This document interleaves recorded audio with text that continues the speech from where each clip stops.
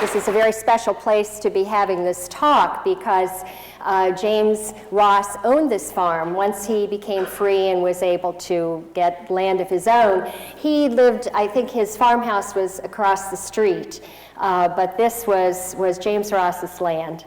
And as I said, he was an unlikely person to become a landowner, really, here, having started out as a Scottish slave. Most people are surprised to learn that there were Scottish slaves in New England. He was one of about 425 Scotsmen who were sent here as captives by Oliver Cromwell, who had defeated the Scottish Royalist army.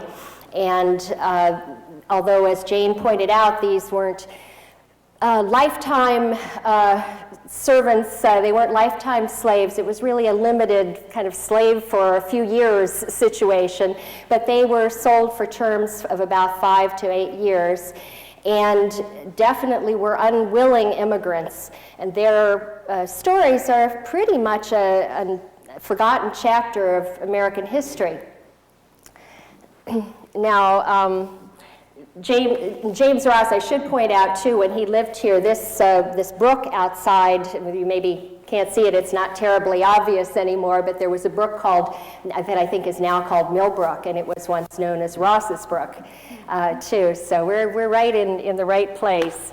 Now, James Ross was from the Highlands.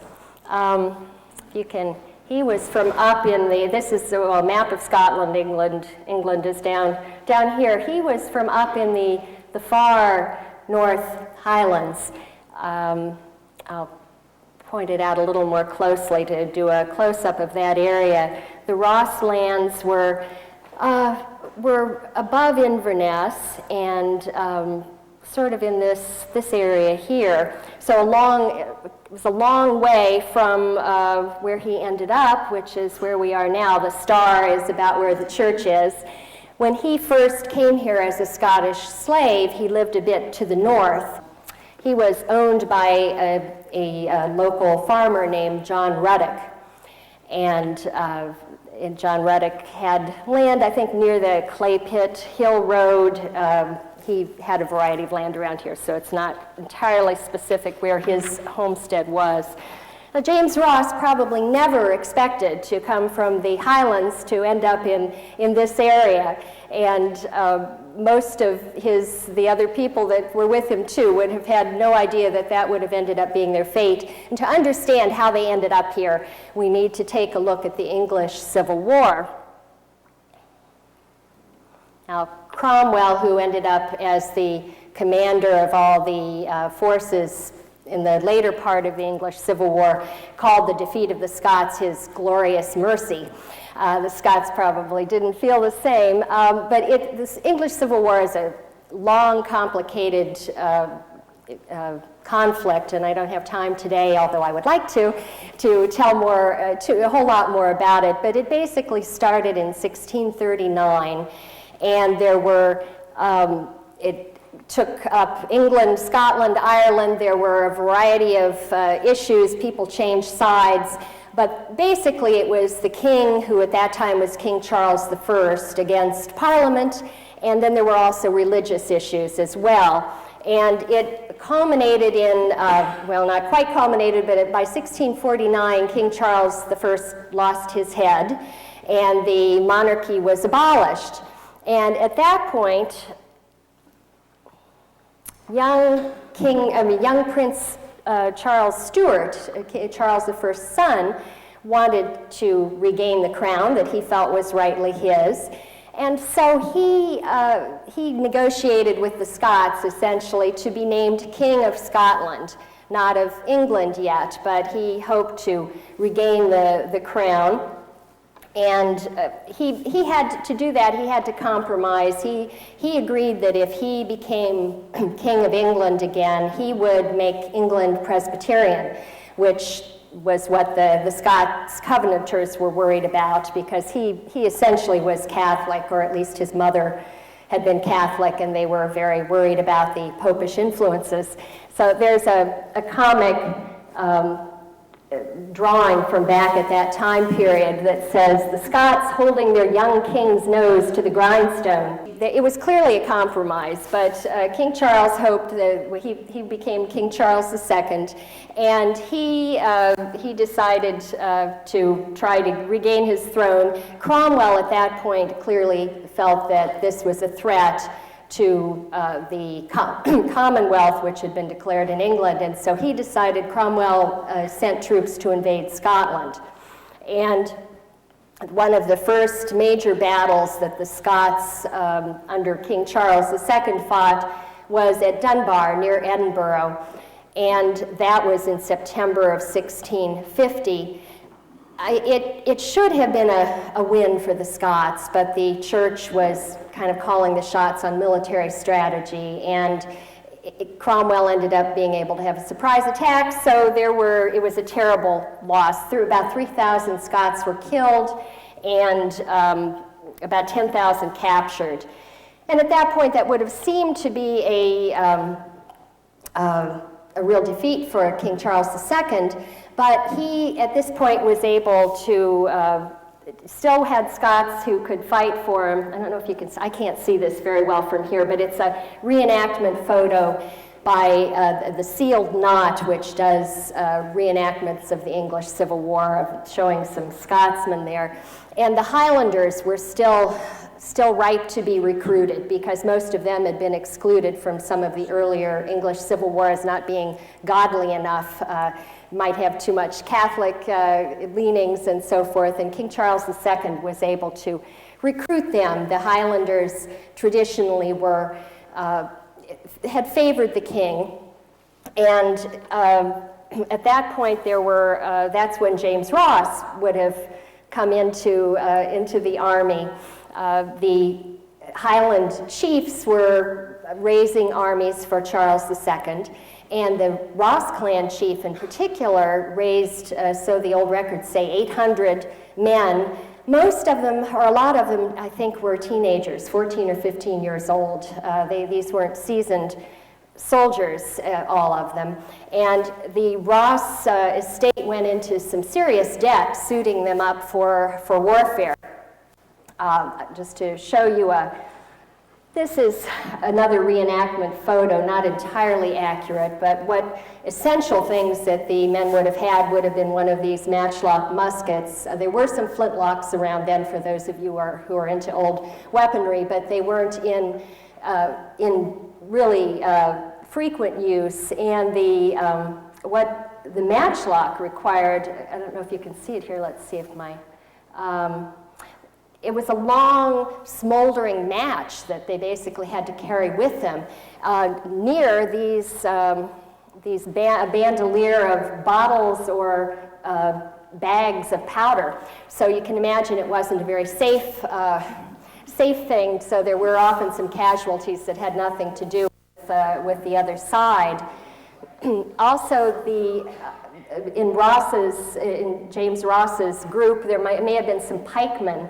There weren't too many people who were in the cavalry, so you usually either had a musket or a pike. They wouldn't have had this much armor at that point. The Highlanders were not that well equipped, but just to give you an idea of what the pikes looked like, here's another reenactment photo. Those were long, long things that they had to carry around. Anyway, then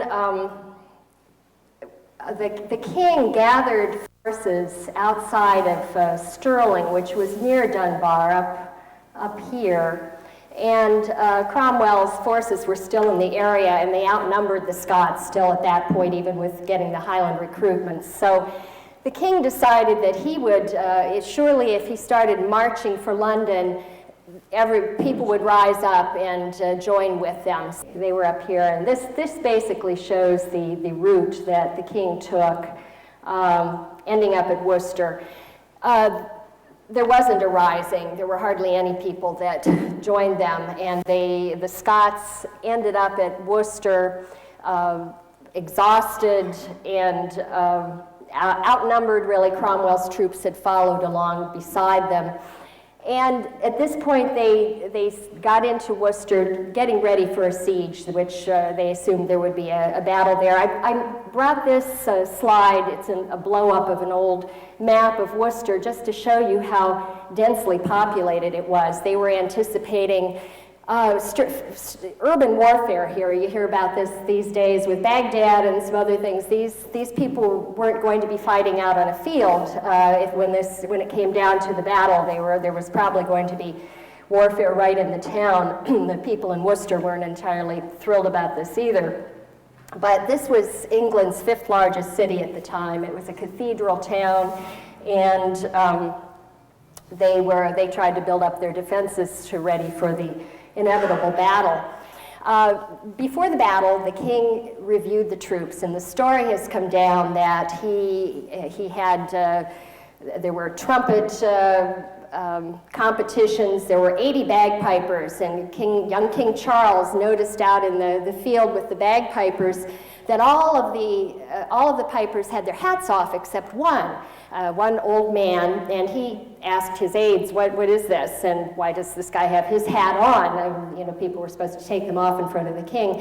And they told him, sir, you are our king, but he is the prince of the pipers. And it was a McCrimmon who was one of the great pipers of the day, and the king asked to see this McCrimmon. He wanted to bring him over to meet him. He allowed the piper, just a moment, the piper composed a song then and there called "I Got a Kiss of the King's Hand," and it is still played by pipers today.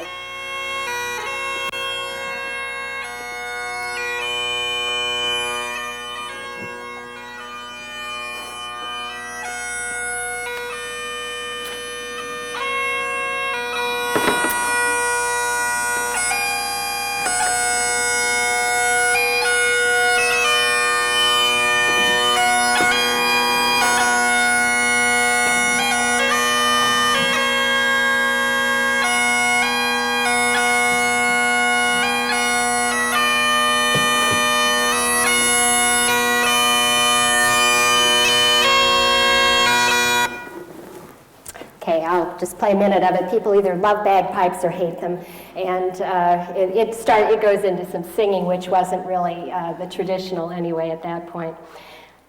Anyway, the Scots fought valiantly. There was a battle that came on. Here was my piper. Sorry, I was going to show him while I played the pipe music. Scots fought valiantly, but they were outnumbered. They really didn't have much of a chance.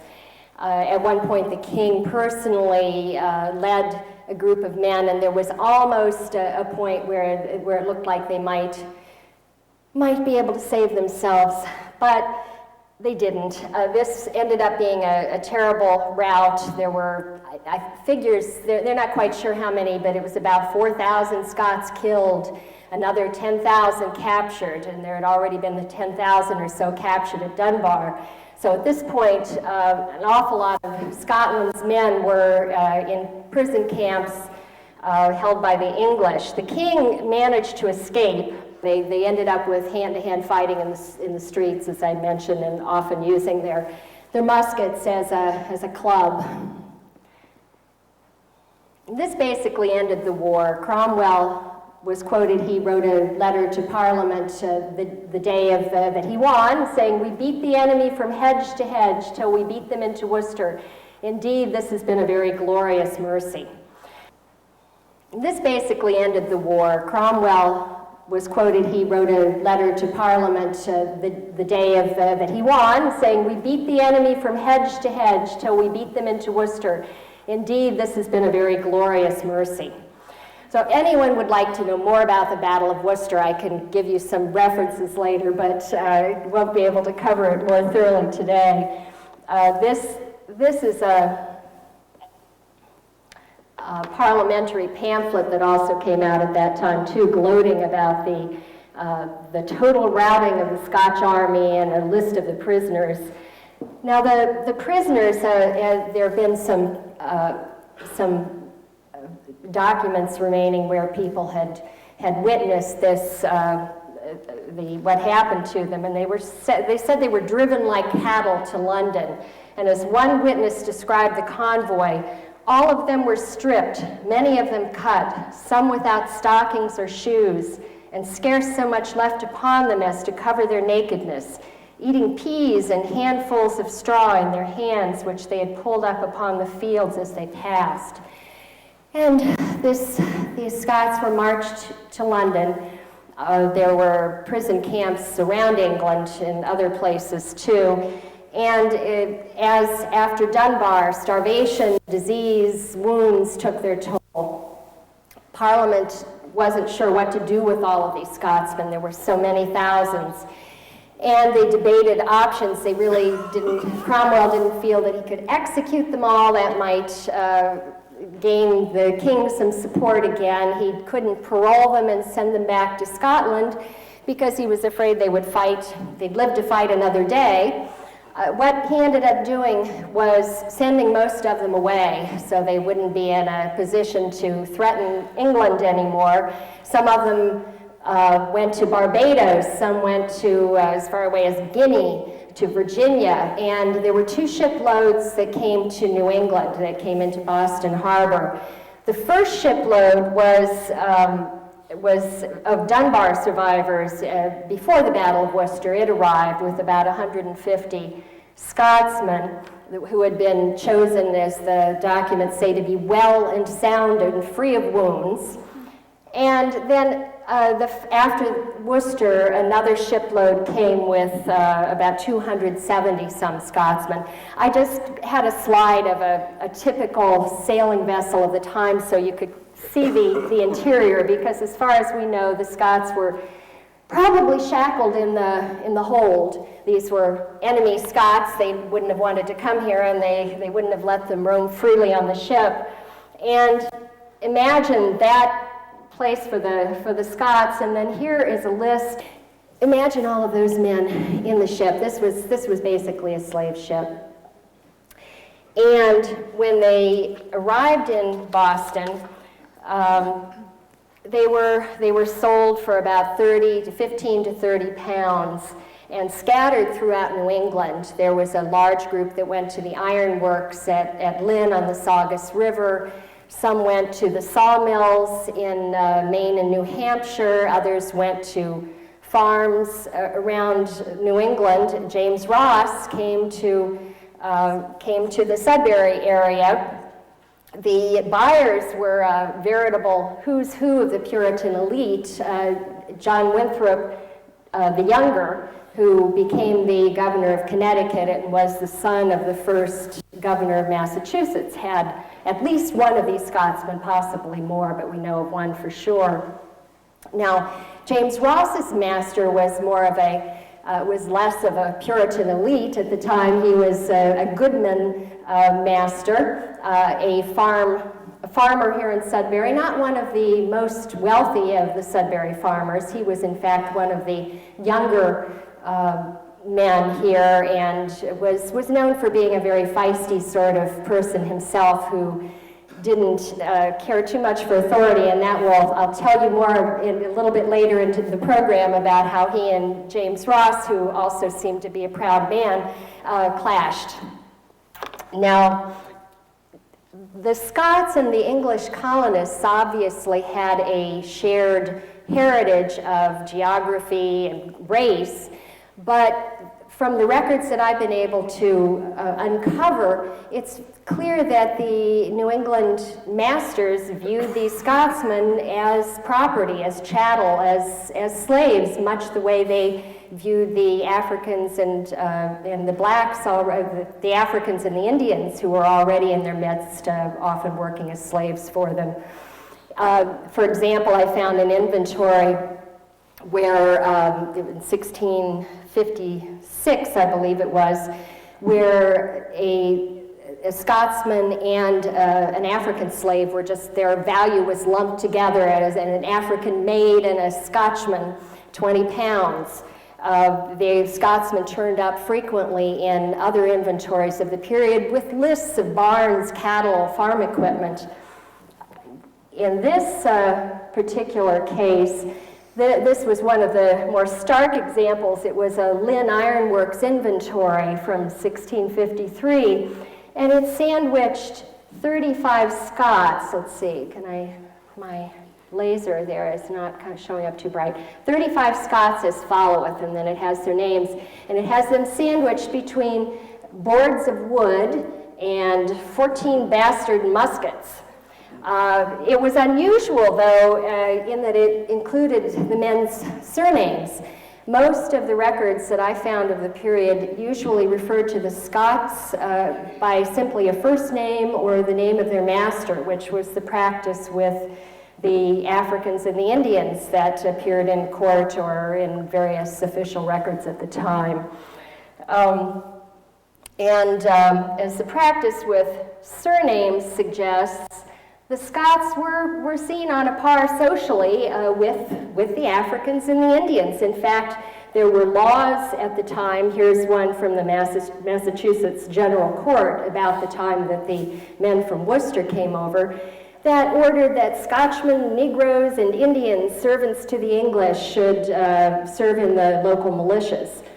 As it wouldn't be obvious that they should, I guess, but, and there were other laws that treated them as a group like that.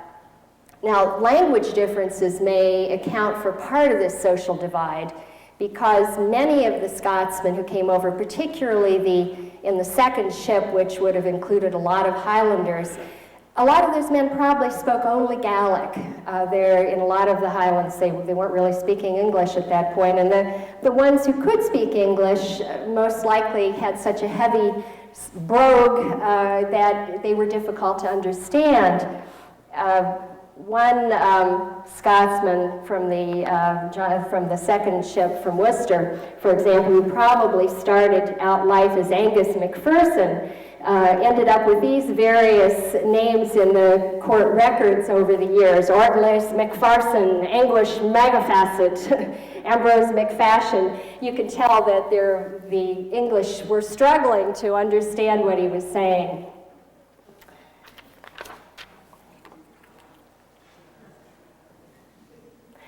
Now, I think I mentioned earlier that a large group of the Scotsmen ended up at the ironworks in Lynn on the Saugus River. And this was a really large-scale industry. That's a photo from the National Park Service has restored the ironworks and operates it there today. But it was considered to be a really cutting-edge industry at the time, with furnaces and fineries and bellows and mills and hammers, all of those things. And what they really needed was a lot of cheap labor, though, to make it work, and slave labor was the best of all. The early account records, which are still at Harvard, describe how a local boatman ferried prisoners from Boston to the ironworks in 1651. And then the account records show a flurry of activity trying to get these bedraggled men ready to work. There was a doctor who provided physic, as they called it. There were tailors and goodwives who stitched clothes and shoes. A surgeon was summoned, most likely to pull rotted teeth and shear lice-infested beards and hair. That's pretty much what the surgeons did back then. And then the men were put to work, endless wood cutting. About the first year, there were 4,000 cords of wood cut by Scottish labor. And the wood cutting was needed because they needed to make charcoal.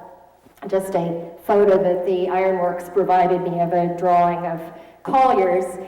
And hundreds of cords of wood had to be stacked, and the colliers, who were very skilled laborers, and for the most part the Scots didn't do that work, made the charcoal necessary to fuel the furnaces. Scots also were put to work mining bog ore from swamps and to dredge lakes. They worked at the ironworks farm. And with all of that slave labor, the ironworks still had some difficulties making ends meet. The investors in London complained that Scots were being fed too much and that they needed to cut back on the food given to them.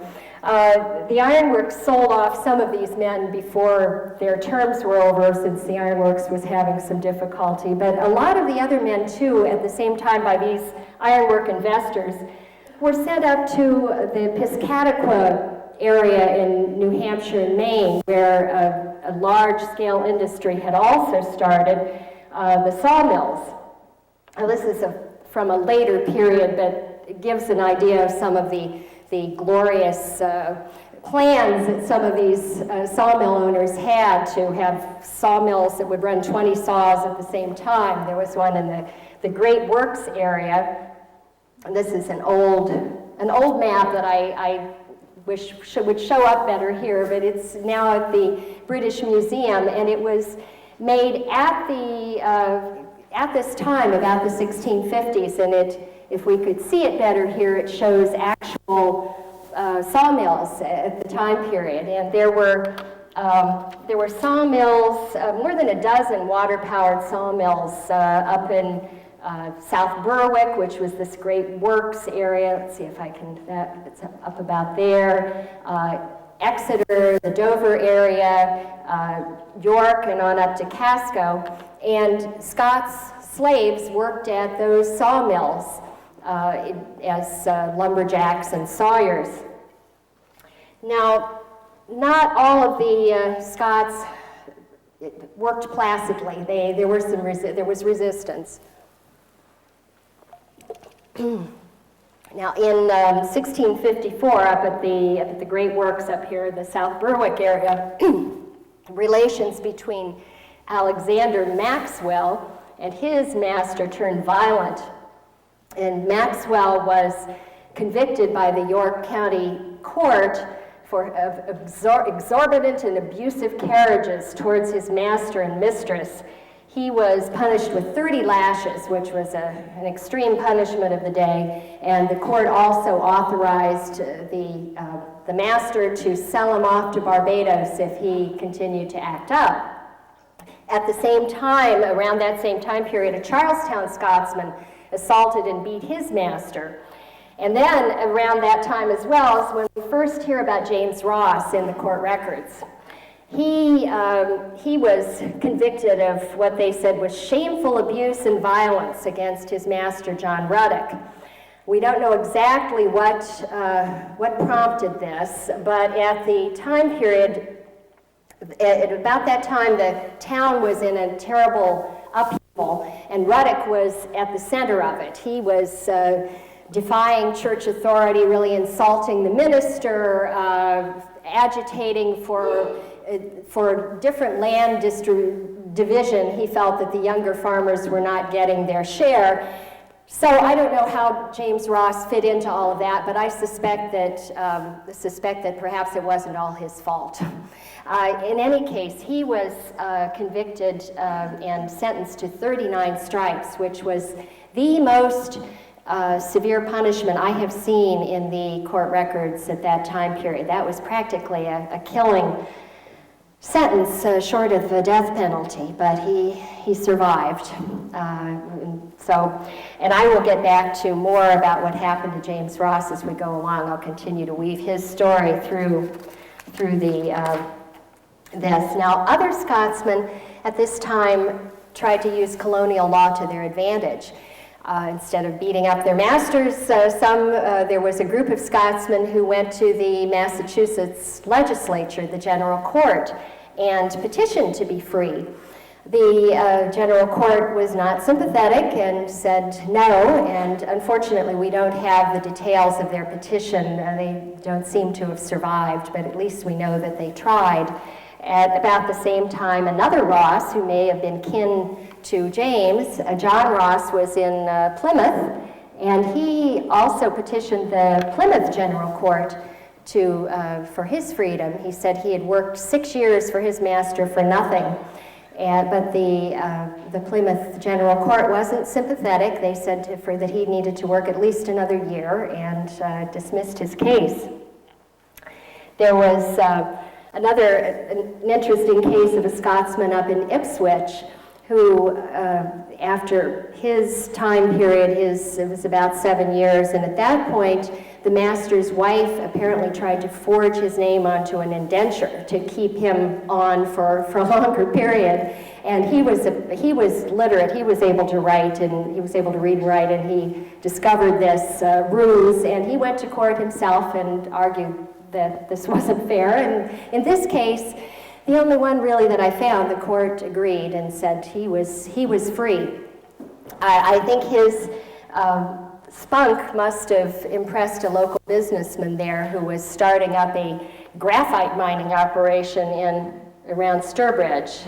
I'm not even sure how to pronounce this, Tantiscue or something. He put this Scotsman in charge of a mostly Scots wage labor crew as a foreman. I don't know that the working conditions were an improvement over his work for the master in Ipswich, but at least he was free.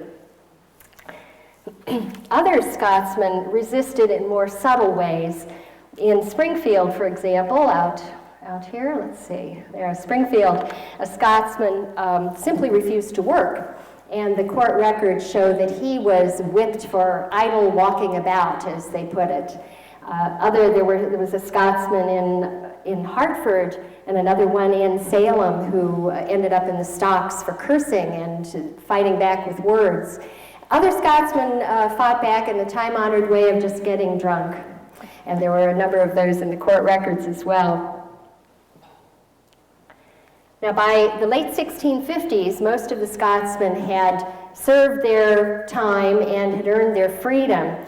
And then what they had to do was to find some kind of work. Most of them were in their early to mid-20s, far from home, families left behind, and what happened to them at that point varied greatly, depending upon whether they could speak English well, depending upon the masters that they had had.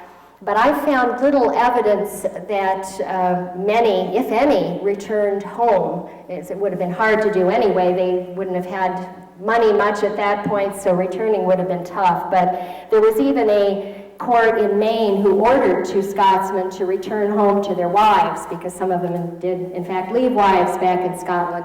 But they didn't go back, and the court overlooked it as they married local women. Now, the case here where there were a number of the people ended up being tenant farmers and staying on basically in the same area where they had, sometimes for the same master as a wage laborer. Scotsman Daniel Black described himself in a court hearing as a poor man that hath nothing to live by but his labor. His was kind of a funny situation in a way. He had married a 14-year-old blacksmith's daughter, and she wasn't quite ready for marriage. I have a 14-year-old. I don't want to think of her as, you can't try to imagine that, but she wanted to hang out with her friends, and she didn't come home sometimes. She flirted with other boys, and she didn't want to milk his cow, cook his meals and so forth. And he ended up in court when, after he had become very frustrated and had thrown her clothes outside and locked the door in the winter, and they were both put in the stocks next to each other and told that they were to behave and not insult each other during their stock punishment. But they ended up having a number of children, and I think living more or less happily ever after. There were some other Scots who became tenant farmers too. In my own town of Lexington, William Monroe was one of these Scotsmen. He lived for about 60 years in the same corner of Lexington, first renting for his former master, and then eventually, with a large family that he ended up having, scraping together money, kind of clan-like, and buying 100 acres together. And they called their part of their part of Lexington, Scotland. There were, now, James Ross rented land too to begin with, so far as I've been able to tell. It appears that he rented of something called the Dunster Farm. It was land that had been owned by the president of Harvard, which is, for those of you who know the local area, this is just south of here. Here's Cochituate Road, And he would have lived somewhere along Plain Street here, from what it appears, in between Dudley Pond and Lake Cochituate. Then later on, he was able to get the land that is the property right here. How he managed to do that, and how other Scots managed to assimilate into the New England society, often depended upon whether they married and whom. Now, Ross appears in the court records again about the time that his term is almost up.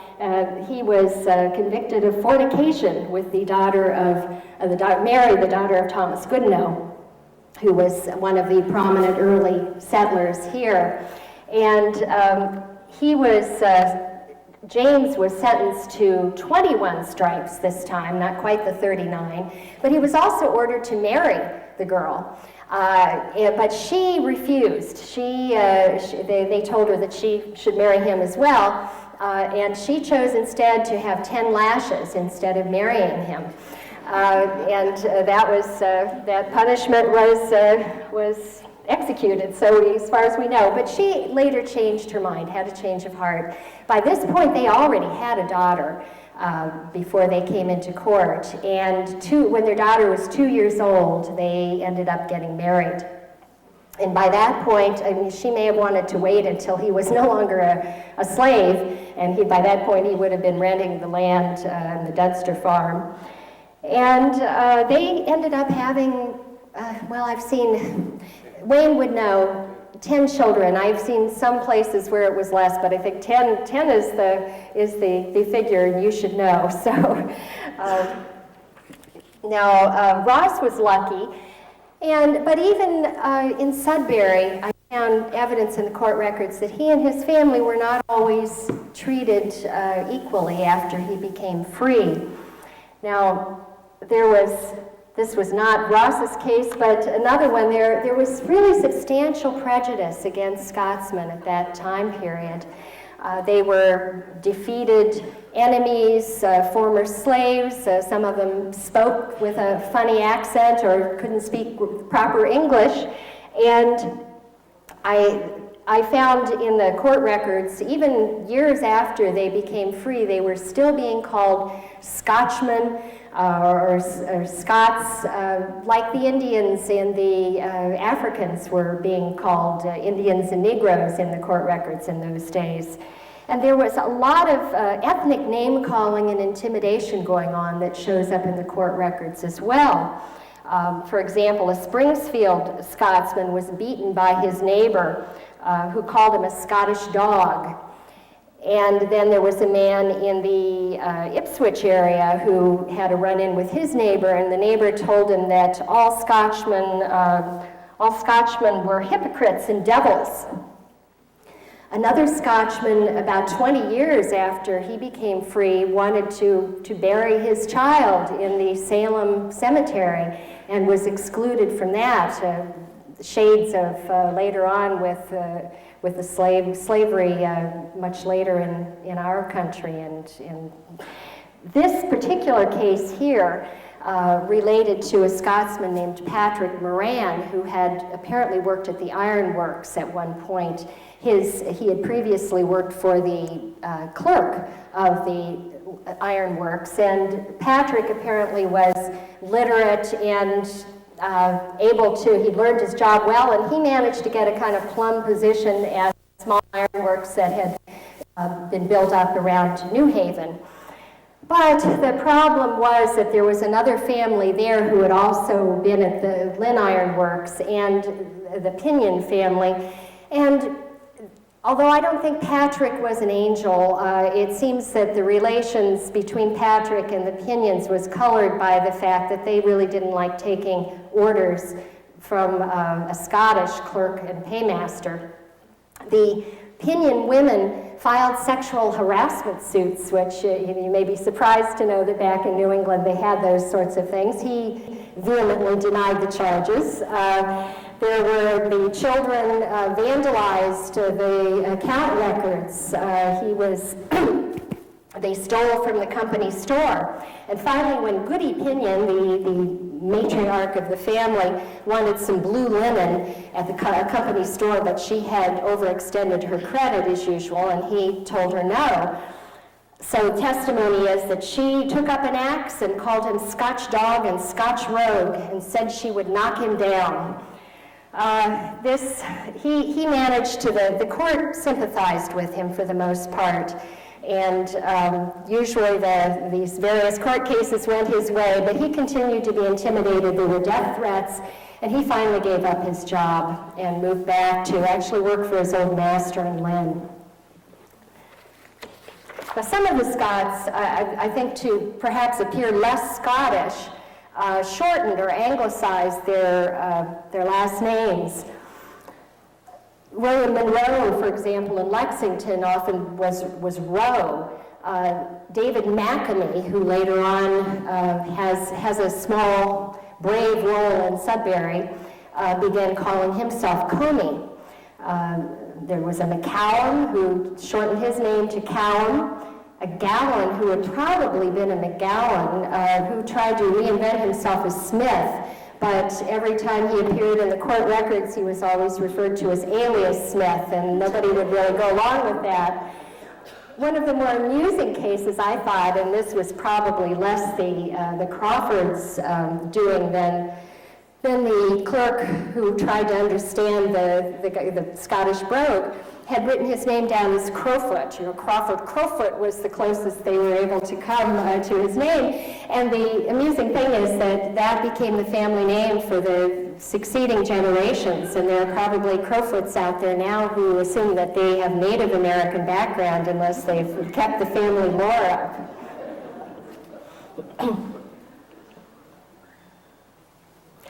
Now, it's not surprising in a Puritan New England where Scotsmen felt like outsiders, they banded together for support.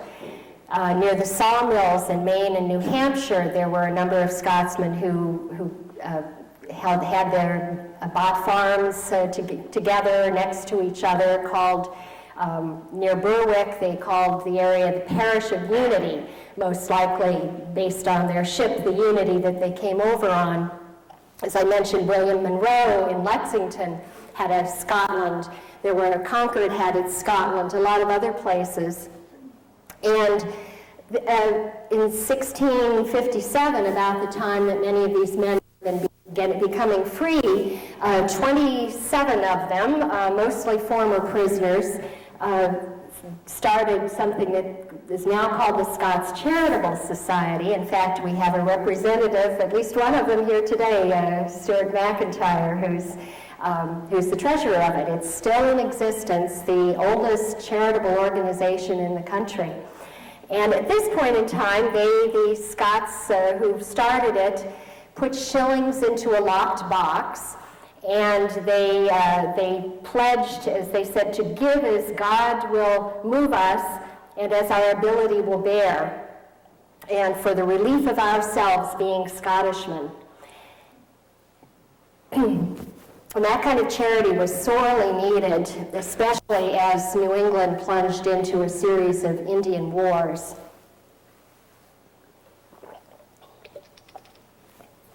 There was King Philip's War beginning in 1675, and Indian wars that went on into the 1700s and the various French and Indian wars.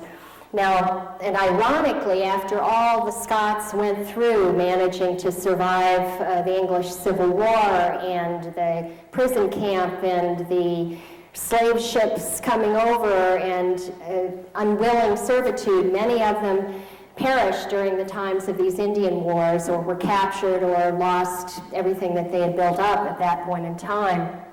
Most of you who are from the Wayland or Sudbury area know that Old Sudbury played a role in King Philip's War. And that was the war that started in 1675.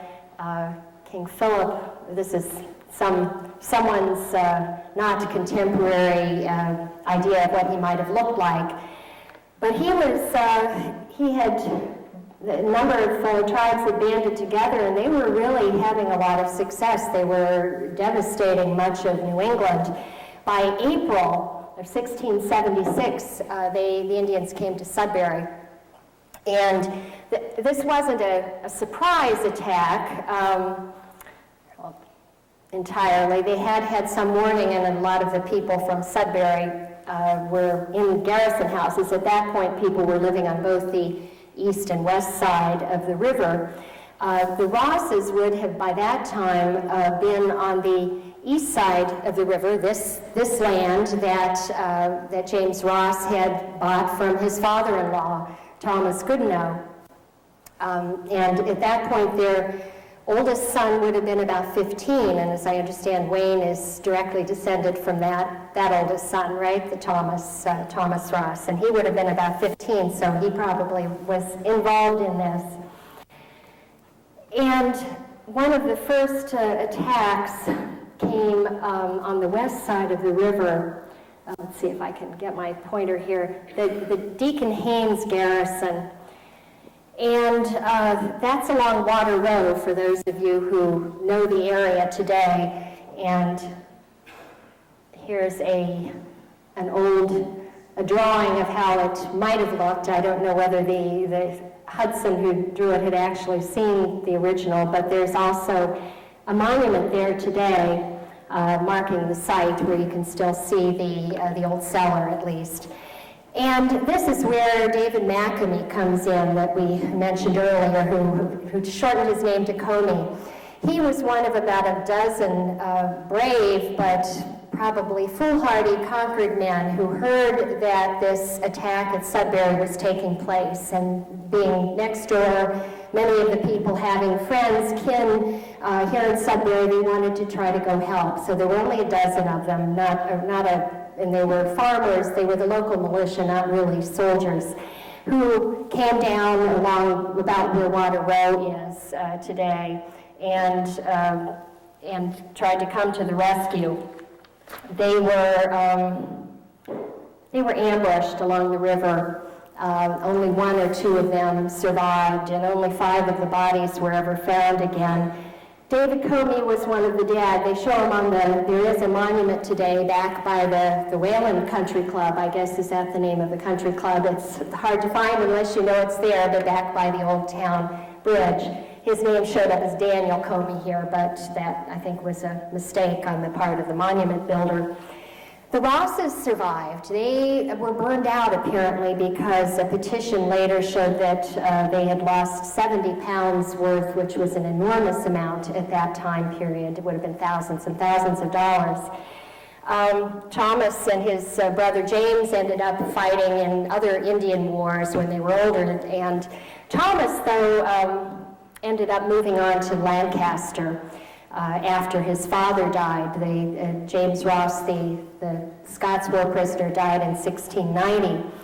And his son, James Jr., stayed on at the family homestead with his mother and the younger siblings, ended up marrying and raising a family there himself. Now, but as I mentioned before, there is evidence that even though he was a landowner at that point, unfortunately, the son of the Scottish war prisoner was not treated quite as equally as the others. There were court records that reveal some incidents of harassment and what appeared to really be an attempt to run him out of town. I've just, in fact, recently found these in the Massachusetts archives. A picture of an oak tree. I put this up here because there was an oak tree incident. James Jr. cut down an oak tree in Ashen Swamp Meadow, and I don't know if some of you know where that is. I haven't been able to figure it out, but I'm pretty sure it's on the east side of the river. And this was in an area that had always been common land for the town, but James was sued by a William Jennison, who was one of the farmers who lived south of him, and he claimed it was his property, and he sued him for trespass. The town selectmen surprisingly financed this lawsuit against James Jr., and And what seems to have been going on, they had discovered that there was a cloud on the title. Apparently, Thomas Goodenough had never bothered to register the deed when he gave the land to James Ross Sr. And I think the town was hoping to perhaps get this land back. It was kind of, nice land, you can see here. In any case, James ended up, he had supporters in town too, James Jr., and he got some very surprising legal help. This is a picture of Paul Dudley, who was the son of the governor at the time, and he ultimately became the Chief Justice here in Massachusetts. He came to James Jr.'s defense and was his lawyer and managed to turn this case in James's favor. But the town did not give up. And a few years later, there was another controversy, and those of you who are familiar with local history know about the various controversies over where churches should be and so forth. And at one point, when James Jr. was about 60, there was William Jennison, the same man who sued him for the oak tree, sued him, led a campaign to move the local church from its location north of here to a place closer to him. And he thought the best place was James Ross's land. James, though, did not want to sell his land. He didn't want the church moved to his land. And what ended up happening was that Jennison and some of his supporters really tried to make this, to force the issue. They had the church torn down, and in the middle of winter, the timber loaded up on ox sleds and brought to be unloaded at James Ross's, right outside his house. And Jennison had warned people that if anyone tried to interfere, he would break their bones. What he ended up doing was he came up there with his ox carts. There was a big scene. James Ross's people had clubs, and they ended up trying to cut James Ross's fence down. And at this point, James Ross complained that William Jennison laid violent hands on him and lifted up the axe and told him he would split him down. They unloaded all the timber, and then James Ross's supporters took it all off the land and moved it off again, and they were at a standstill. Finally, the court ruled in favor of James Ross, and the town found another place to put the church. But Jennison moved on. The Rosses, however, they stayed for a while longer, but not a whole lot more. By the middle of the 1700s, they had sold their farm. And the last Ross I've been able to find in the town records was one who was listed as one of the landless poor. So the Rosses moved on, but they clearly prospered, as we have Wayne and Ruth here to attest to that. And I would like to, in closing, I see I'm using up a lot of my time here, I'd like to just read the last paragraph of my article, Scots for Sale, that I wrote, and which expresses really why I think that this is worth studying, why we should care about these Scotsmen who were here so long ago. 350 years have passed since the Scots prisoners began their unexpected exile, and we will never know all their stories. What we have managed to reconstruct, however, demonstrates that most of them overcame incredible hardships and disadvantages. They survived the war, imprisonment, and the voyage on the John and Sarah and the Unity.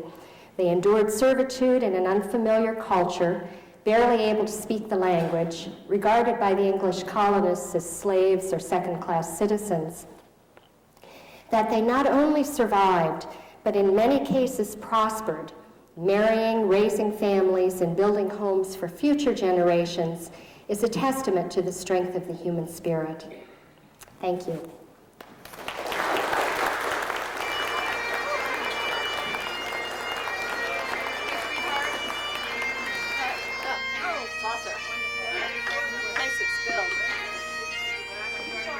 Did you want some stuff I put in the sandwich? Yes.